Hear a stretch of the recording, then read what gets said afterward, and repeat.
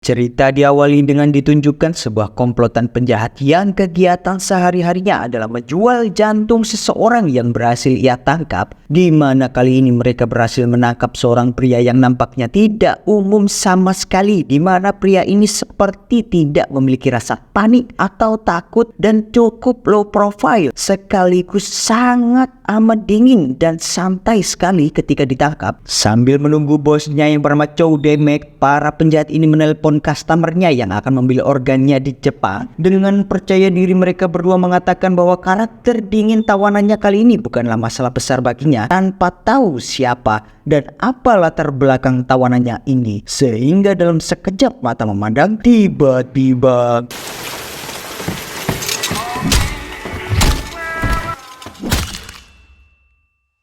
tak lama kemudian datanglah bos Chow bersama dua anak buahnya yang seketika mendapati anak buahnya sudah tersungkur tak bernyawa, sehingga si bos pun mulai panik melihat semua ini. Dan ketika dia bermaksud keluar dari tempat ini,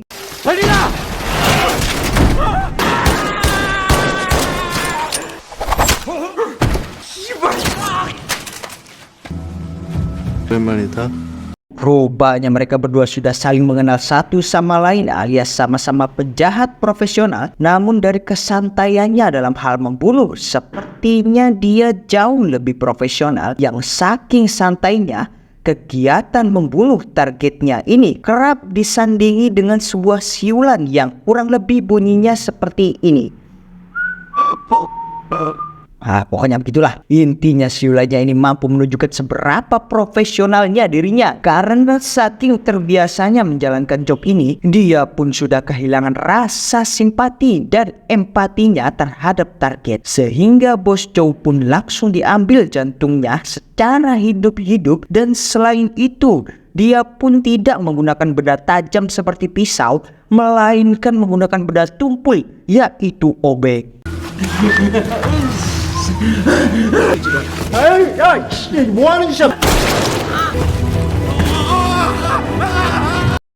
Scene pun berpindah ke sebuah pertandingan tinju yang disaksikan oleh si psikopat ini. Dari sini kita akan diperkenalkan kepada seorang petinju muda kelas amatir berusia 24 tahun ini. Dia bernama Marco. Profesinya sebagai petinju ini bisa dibilang bukan karena passion, melainkan dikarenakan keadaan ekonominya yang bisa dibilang sangat miskin. Dan di sisi lain, dia pun juga butuh uang cepat supaya bisa membiayai operasi ibunya yang sedang sakit. Dari latar belakangnya yang sangat tertekan ini, dia pun tumbuh menjadi pribadi yang pendiam dan nampak songong. You promised me more from this match onwards. Keesokan paginya di sebuah panti asuhan Capino, di mana panti kecil ini akan segera ditutup karena kondisi keuangan dan bangunannya yang sudah mulai hancur, Marco pun menghampiri temannya yakni pemilik panti ini untuk meminta bantuan mencari ayahnya. Hal ini dilakukannya bukan karena apa-apa, melainkan hanya demi meminta pertanggungjawaban atas ibunya yang sakit. Looking for that man. If it wasn't for mom's operation. Setelah itu Marco pun pergi menuju ke sebuah bar seperti biasanya, yakni untuk bermain judi bola dan meminum Homer, yang meskipun kita tahu bahwa Homer tidak akan menyelesaikan masalah, melainkan hanya untuk melupakan masalah itu sendiri, dan itu pun hanya bersifat sementara saja. Selain itu, Homer juga akan sangat berpotensi menciptakan kejahatan berikutnya, persis seperti apa yang dilakukan Marco ini, di mana Marco sempat bimbang dengan ajakan temannya untuk mencuri perhiasan di sebuah toko. Fancy jewelry store downtown. You want in? I'm gonna get to work on it. I'll think about it. Malam harinya, karena hasil judinya berakhir rungkat, Marco pun tanpa basa-basi langsung pergi menemui temannya untuk mencuri perhiasan. Marco pun bertugas mengalihkan perhatian penjaga dengan cara mematikan gardu listriknya, sementara temannya bersiap untuk memasuki tempat tersebut. Tapi ketika Marco baru akan membuka pintu, si penjaga tiba-tiba langsung menyerang dari belakang. Dengan pengalamannya sebagai seorang petinju, Marco pun berhasil sedikit menahan mereka. Namun karena Marco cukup realistis, di mana jumlah mereka yang begitu banyak tak mungkin dia bisa mengalahkannya. Dia pun memutuskan untuk kabur dari sana.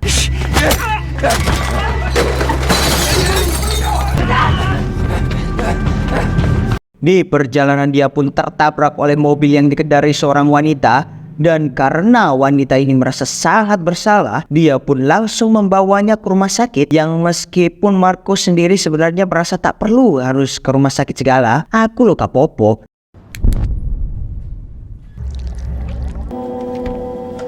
Sesuai apa yang dikatakan Marco, Pak dokter pun mengatakan bahwa Marco memang baik-baik saja. Tapi karena wanita ini masih merasa sangat bersalah, dia pun memberi uang kepada Marco. 병원까지 안 와도 되니까. Setelah itu Marco pun langsung pergi ke panti asuhan Capino kembali untuk menanyakan tentang pencarian ayahnya. Dan ternyata si ayah rupanya juga mencari si Marco juga. Yang setelah Marco kembali ke rumah, dia pun didatangi beberapa orang yang rupanya mereka adalah anak buah ayahnya, di mana si ayah rupanya adalah termasuk orang terkaya di Korea. Mereka pun langsung memberinya visa dan paspor supaya Marco segera pergi ke Korea untuk menemui ayahnya yang sedang sakit.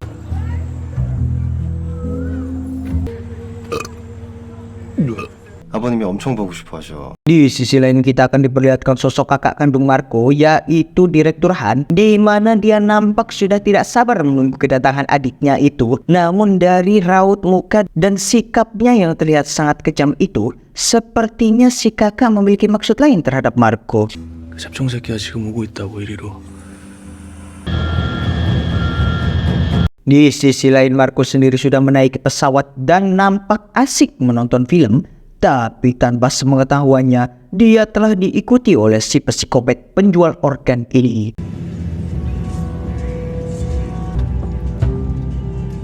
Si psikopat pun mulai menyapa si Marco dan mulai mengatakan sesuatu yang Marco sendiri sebenarnya bingung karena merasa kok orang ini tahu nama saya, kok dia tahu aku mau pergi ke Korea untuk menemui sang ayah. Dan ketika psikopat itu mulai membisikkan sesuatu kepada Marco tentang apa tujuan sebenarnya dia dibawa ke Korea, entah apa yang dibisikkan si psikopat, yang pasti Marco seketika panik mendengarnya. 너 한국 왜 가는지 나 가르쳐줘.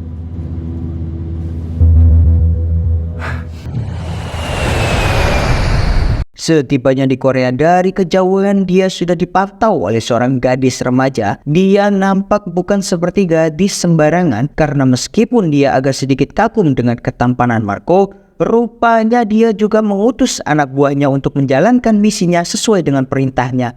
Entah apa misinya, saya juga masih belum tahu. Yang pasti, misi itu bisa dibilang sangatlah berbahaya. 어떡할 거야? 원래 주문대로 해.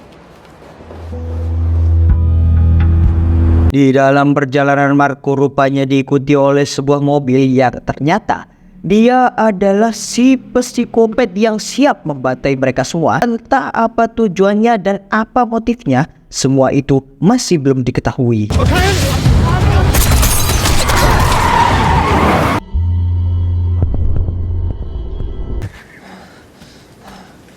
안녕 친구, 반가워. 아니 친구, 쫄았어? 너 여기 죽으러 온 거라고. 죽으러 가는 거야. Marco pun seketika berlari untuk menyelamatkan diri, namun si psikopat itu justru malah mempermainkan Marco, di mana dengan santainya si psikopat itu mengejarnya sambil tertawa-tawa seperti ini.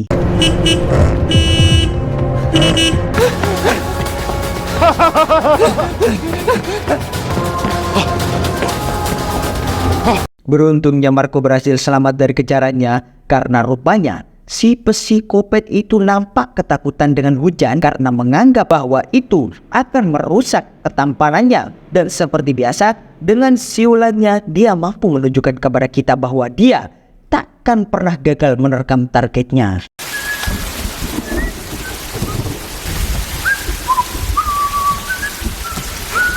Merasa sudah jauh dari kejaran, Marco pun mulai mengatur nafasnya. Tapi tiba-tiba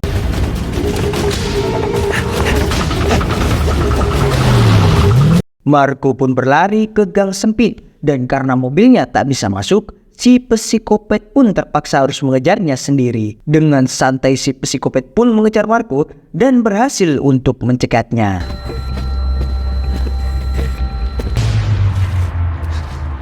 Dengan skillnya sebagai seorang petinju, dia pun berhasil mendaratkan pukulan tepat di kepalanya dan langsung berlari menjauh. Di depan gang, Marco rupanya dijemput oleh seorang wanita suruhan gadis remaja tadi. Entah apa misi yang dijalankan wanita ini dan kenapa Marco diperebutkan oleh banyak orang. Semua itu masih menjadi misteri.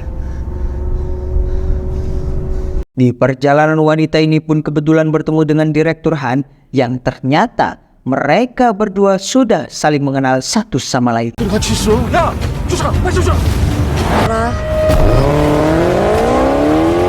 Tak lama kemudian si psikopat pun juga ikut datang untuk mengejar.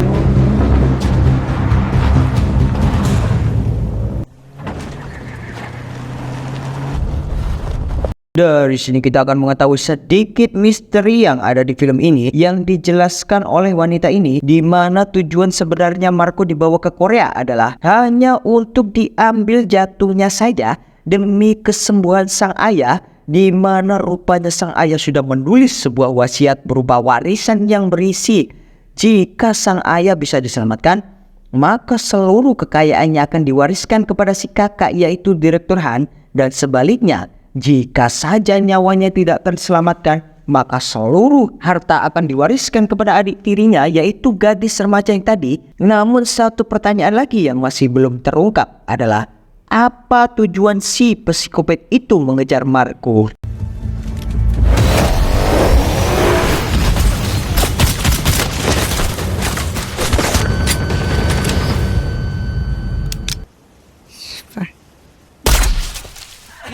Si psikopat pun berhasil membunuh wanita itu, sementara Marco sendiri berupaya melarikan diri. Namun si kakak justru berhasil menemukannya dan langsung membawanya ke rumah untuk segera melakukan operasi pengambilan jantung.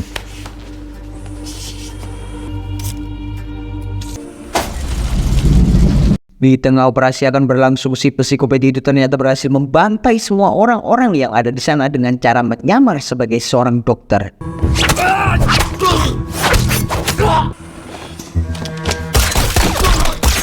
Melihat hal ini, Direktur Han pun pastinya tak akan diam saja, sehingga dia pun langsung bergegas untuk menghampirinya bersama seluruh ajudannya. Dan dari sini psikopat pun langsung menyandra Marco dan meminta uang tebusan yang sangat besar, yaitu 10 juta dolar. Namun tiba-tiba dari kejauhan, gadis remaja itu pun langsung membidik Marco.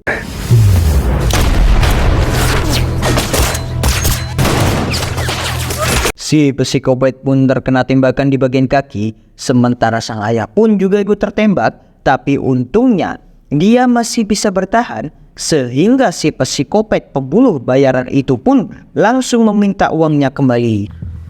일로 보내. 지금 당장. Setelah itu dengan santainya si psikopat itu berjalan melewati mereka, sehingga mereka pun langsung menodongkan senjatanya. Tapi dari sini Anda akan melihat seberapa profesionalnya si psikopat ini dalam membantai mereka semua. 나 프로거든. 뭐? 와방아!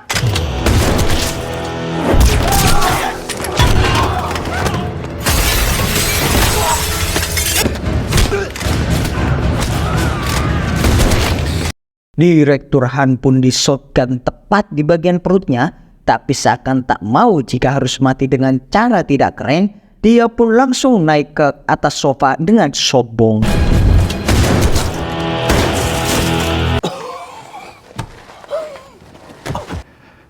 배움은 못 가겠다. Mereka berdua pun akhirnya berhasil selamat, tapi si gadis remaja tiba-tiba datang dan akan membunuh si Marco, yang meskipun seluruh kekayaan ayahnya sudah berada di tangan, dia masih takut jika nanti hartanya akan diperas oleh Marco dengan cara mengaku sebagai keluarga. Marco pun seketika menggamparnya dengan keras dan mengatakan, "Otoon kape ibu tunyo, aku gak butuh." Dan dari sini Anda akan mengetahui semua misteri tentang apa yang dilakukan si pembunuh bayaran psikopat ini. Rupanya sedari awal dia sudah mengincar keluarga ini untuk memerasnya, Marco sendiri bukanlah berasal dari keluarga ini. Dia hanya dijadikan alat saja, di mana datanya sebagai anak dari Konglo ini telah berhasil dimanipulasi sejak awal. Berawal dari ketika dia ditabrak dan dibawa ke rumah sakit, disitulah datanya berhasil ditukar. Sementara pemilik panti asuhan Capino ini ternyata dia dulu adalah rekan si psikopat ini. Karena Marco sesuai dengan kriteria, dia pun merekomendasikannya dan sebagai imbalannya, panti ini akan dibiayai supaya bisa tetap berdiri. Dan ternyata dia melakukan semua ini adalah karena sebelum dia mati akibat penyakit yang dideritanya, dia ingin melakukan sedikit kebaikan. 그 죽기 전에 나도 좋은 일 하나 합시다 좀.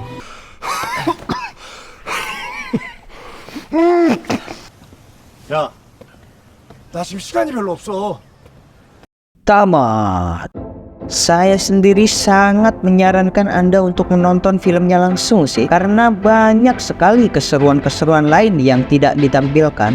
Dan seperti biasa, pelajaran yang bisa kita ambil dari film ini adalah harta seringkali dianggap tujuan tertinggi dalam hidup manusia, sehingga cara-cara yang kurang etis kerap kali dilakukan untuk mendapatkannya, seperti menguras tenaga dan keringat orang lain dengan bayaran kecil, menjatuhkan orang lain untuk mendapatkan jabatan, dan amit-amit rebutan warisan seperti film ini, dan masih banyak lagi. Oleh karena itu, ingat apa kata Gus Baha, untuk hidup kita tidak membutuhkan 100 atau 200 piring nasi, melainkan hanya sepiring saja. Terima kasih sudah menonton, semoga terhibur dan assalamualaikum warahmatullahi wabarakatuh.